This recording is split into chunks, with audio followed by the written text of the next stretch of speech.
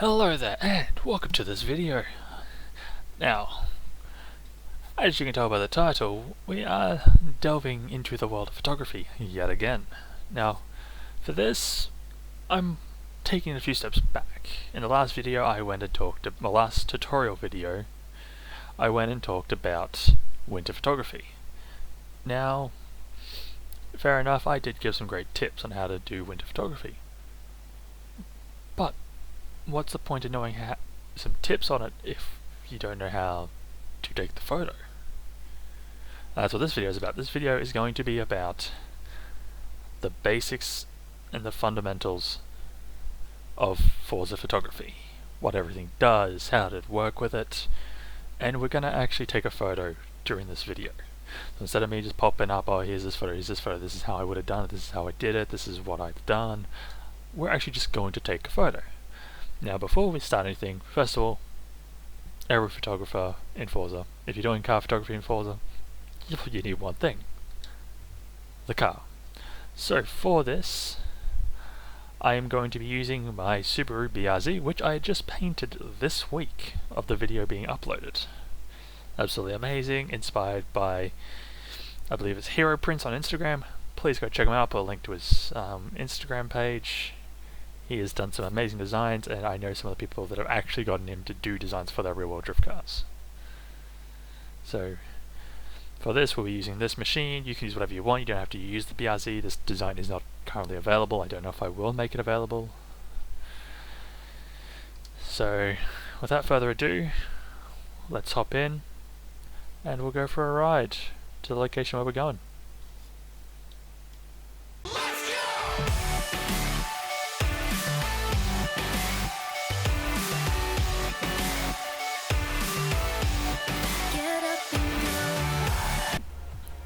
Okay, so here we are outside of the festival. As you can see, we're actually on Fortune Island today.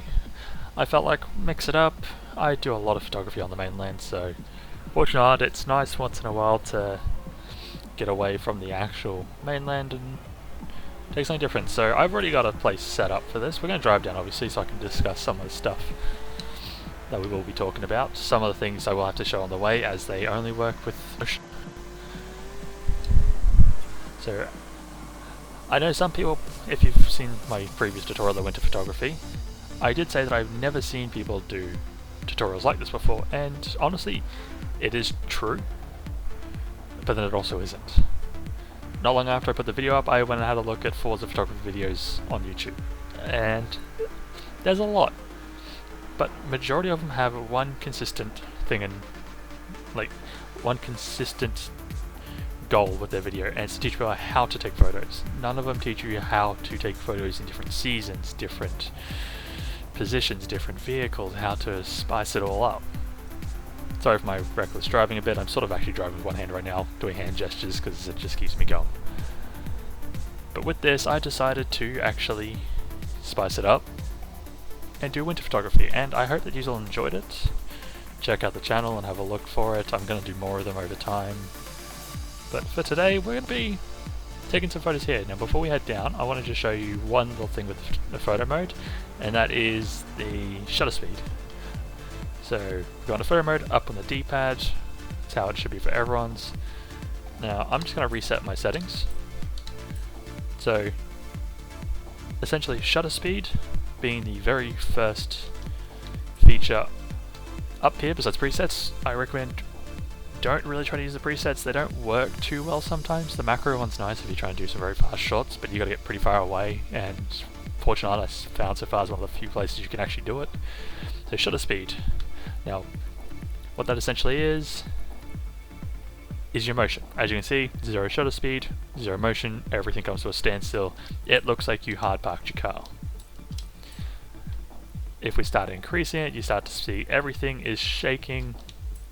And then once it all actually settles out, you've got the sense of motion around your car and everything around you within a realistic sense. Your wheels have started to spin, you get the speed effects. Now, in order to make sure it works properly, because if you normally do it, it usually looks like this.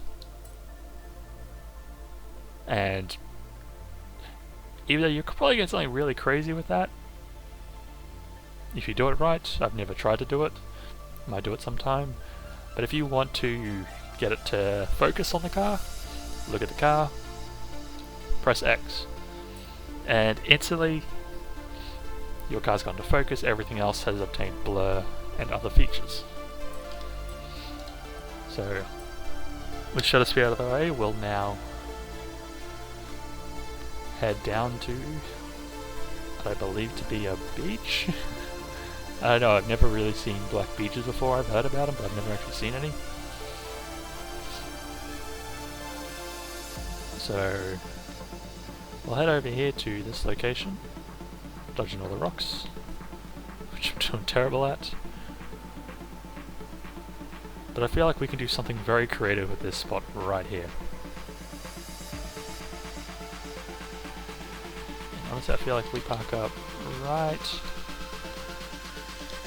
here. Now, I only recommend doing what I'm about to do with cars where the wheels don't clip the fenders, and that is to turn the wheel. It adds a bit more output and a bit more look. Well, it improves the look of the photo. Because if you just do it like this, it only works on cars where the wheels clip the fenders. Because once the wheels clip the fender, you lose that sense of realism in your photo. As if you're going for that. If you just want to take a quick photo, then go for it. But we'll go back to photo mode up on the D-pad. And now we've got our car positioned. Now we'll focus in pressing X, just in case if anything decides to blow, it shouldn't do. So the car, it doesn't look too bad. Like, we could take a photo right here, boom, done. But that's generic. That's what you usually do when you first find out at photo mode. What we're going to do is I'm going to show you how to make this look better. So first off, the car's dirty. I don't mind dirty cars depending on how they're done. If it's like you've just taken a photo of, say, a drift battle, you want to show the scars and the dirt on the car to show that it's actually done something. But if it's just a show car like this, well, this is my drift car, but it's also a show car, what you do is at the bottom it says left bumper, reset cosmetic damage. There'll be L1 for anyone with a PlayStation controller, and R for anyone with a keyboard and mouse. So left bumper, say yes, dirt and scratches are all gone. So that's first thing on the list done. Next thing to do is we're going to bring up the effects menu pressing Y. Now we've already talked about shutter speed, that being the motion. Focus mode is a version of shutter speed. I tend to always keep mine on tracking. Panning is only if you're doing very specific motion shots, like you're trying to get those race car style, or the professional race car photos style. Focus I don't really use, it just varies the depth of field. Exposure, now this is what I usually play with, so as you can see we're losing detail in the car, so we can't really see that curve that the front, or the Rocket Bunny front bumper has. So what we're going to do is we're going to down the exposure just a bit, to about 40.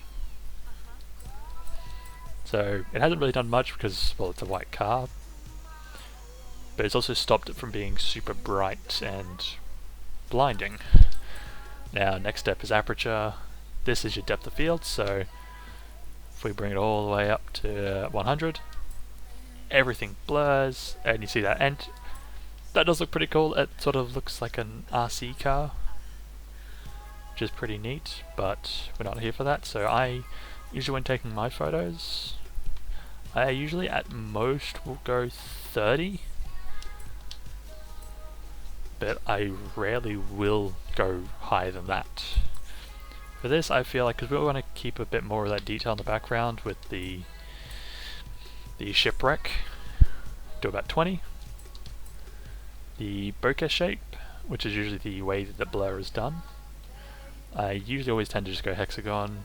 Sampling, if you can, put it to quality. It increases the quality of the depth of field. Now, contrast is your blacks. So whether it washes all the blacks out or not, or makes them darker, I set mine to 70. The color, well, as you can probably guess, it's your color. 0 is no color. 100 is oversaturated and starts going a bit funky on certain colours. Most with this, yet again, 70. It doesn't look that nice at the moment, but once you see where we get to a bit later, it's going to make more sense. Brightness, it's just literally the brightest sections of the photo. 100's white, 0 is almost black. I usually tend to, depending on how I do it, that 63 will do. We'll do about 64, what's that look like? Yeah, we're getting there. Now, sepia, this is, it starts at 0, but once you start to bring it up, starts to bring a vintage feel to it, like you'd find of, say, your great-great-great-grandparents, like photos of them. There's no colour, but it's got like a tint to it. Now for this, to complement the 70 colour, I set it to 20. And as you can already see, colours come back, but it's sort of played with it a little bit. It's not like default colours, but it's a very nice set. Vignette, that's just the black fader on the outside, as you can see there at 100. If you press right bumper while in the effects mode, you can change the style. As you just keep it on the circle, and I like to throw a little bit on just to darken the edges just a little bit, about a 10. Temperature, if you it starts at 50, put it to 0, gives it a cold look, so it's more of a blue tint. 100 is a yellowy, warm feel tint. My photos, I always have mine set to the same temperature, and I believe that was about 44. So that gives it a nice, I don't know how to explain it. It's sort of more like a, somewhere between like early and midday feel. Everything's well lit, but it's not going warm. Close to midday. Car lights, well, that's your lights, your headlights, your tail lights, your daytime running lights, anything on the car. Driver, yep, your character's driver and any drivers in any other player-based cars. I usually turn that off for nice shots. I'll turn the lights off as well because we don't want them, even though I do like the look of the light being on. Actually, we'll keep the lights off for this photo because it adds a bit more instead of just, there's the headlight, like it's got a bit more detail to look at. Crowd is anyone behind in the grandstands or behind fences you can't get past. And creatures is all your little animals. We can leave them on for now.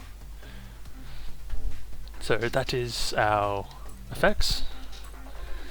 Now we're on to the rest of the controls, showing you how to move the camera around, little things, because I have found out that some people haven't realized there's a zoom in these games, and most photo modes come with a zoom feature. So we'll start off going through all the motions and everything, what each button on the controller does for it, which ones definitely we're not going to be pressing, which is B for exit.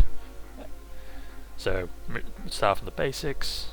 Left stick as you move, forward, back, left, right. Your right stick, look left, look right, look up, look down. Very basic stuff. Now left trigger goes up, left trigger goes down, right trigger goes up. So you can do your height, X is to focus, Y is your effects mode. Your select button, or your select button if you are a more old school person and no one buy the select start buttons. For newer controllers and that, it's the 2 squares on the Xbox controller and the options key on a PlayStation controller. Up and down on the D-pad is your zoom.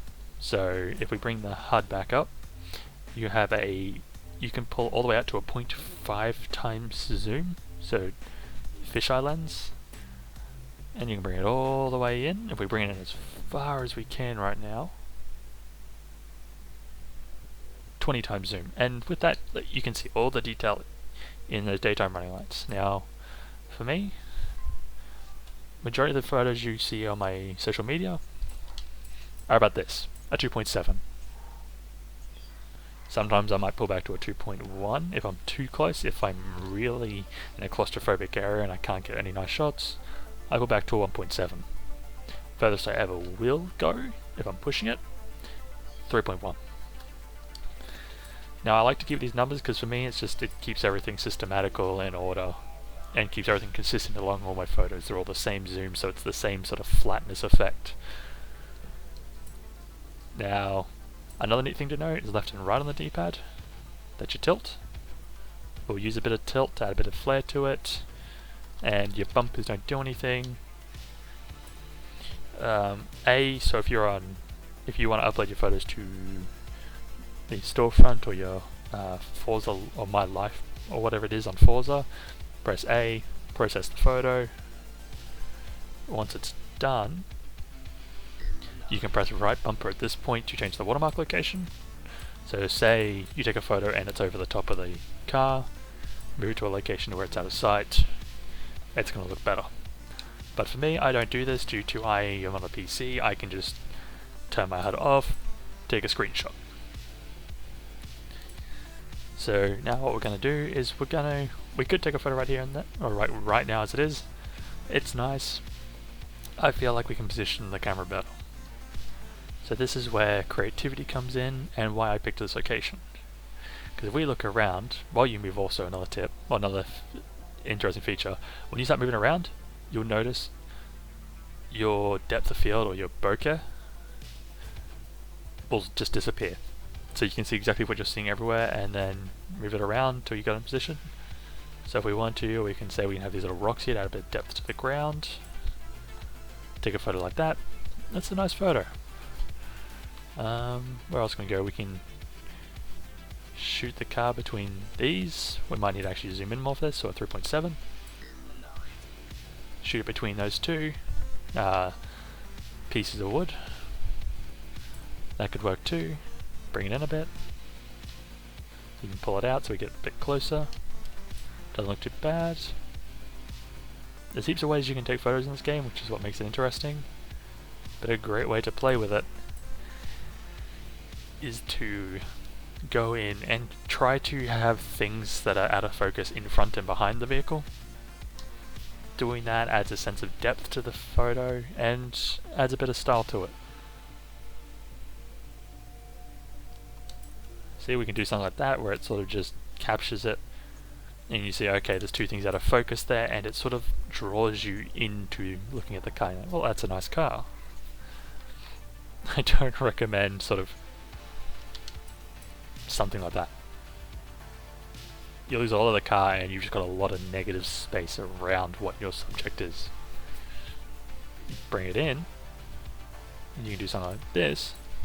That's nice. It's a nice border around it. Cuts everything off, so you look at the car, you see the car, you're like, okay, that's a nice piece of wood behind it too, but the car's very nice, very clean shot. Now I believe I may have done my settings wrong, so I'm just going to check. Bring it to 75, bring that to...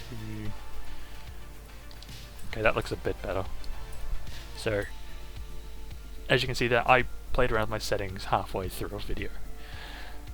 That will happen. You will have to adjust your settings to fit the location, the car you're shooting, whether or not you have a group of cars. So if you have more cars, you'll want to turn your aperture down. As you can see, that look behind starting to become more in focus. So all it is a matter of playing around, get creative. Use what I've taught you today to improve your photography, so you're doing something a bit more unique. Like, even back to some of the stuff you can do, like even just this. You don't have to have the full car in shot. The car doesn't have to be... You don't have to go, okay, this is the car. You can sit there and go, well, here's, say, this. Get a bit of the blue sky in there. Have just like, if you're being sponsored by someone, which I haven't really had that many people I know of be sponsored, but you can sit here and have your Instagram handles and all that sort of slipped in there, so when people see it on like Twitter or something, you go, oh hey, they got an Instagram account, we'll go and follow them. Little things you can do, you can get up close, catch the headlight or the tail lights on the BRZ. You can, if you can get the right shots, you can sort of focus on that. You can sort of do that and have it like sort of take up almost half the shot and have another half which is sort of open, so you look at it and you go, okay, it's blue sky, this car. There is a lot you can do with photography, and it's the same with real life. There's so much you can do, and this game captures real life photography really well. And honestly, if you do enough on this game and learn how to do all this, it will transfer to real life. Not all the settings obviously, but setting up all your lighting and everything, positioning your camera, taking the shots, positioning your object, it can really help. And I hope someone does take this or watch this video and take something away from it. Just one person learning something from this video will make my and will be a complete success for this video. That's my entire goal with all these videos. Just one person to learn something. So if you did enjoy it, please, as everyone does, like, subscribe, hit the bell. You'll obviously be notified of when any videos I post come up. I'm obviously going to have more cinematics coming up as we are coming up to the end of October. Need for Speed Heat's going to be here soon, so I'm probably going to at least drop one more cinematic, expected to be a big one. I'm going to be doing more of these Forza tutorials. I'm going to be doing Need for Speed photography tutorials.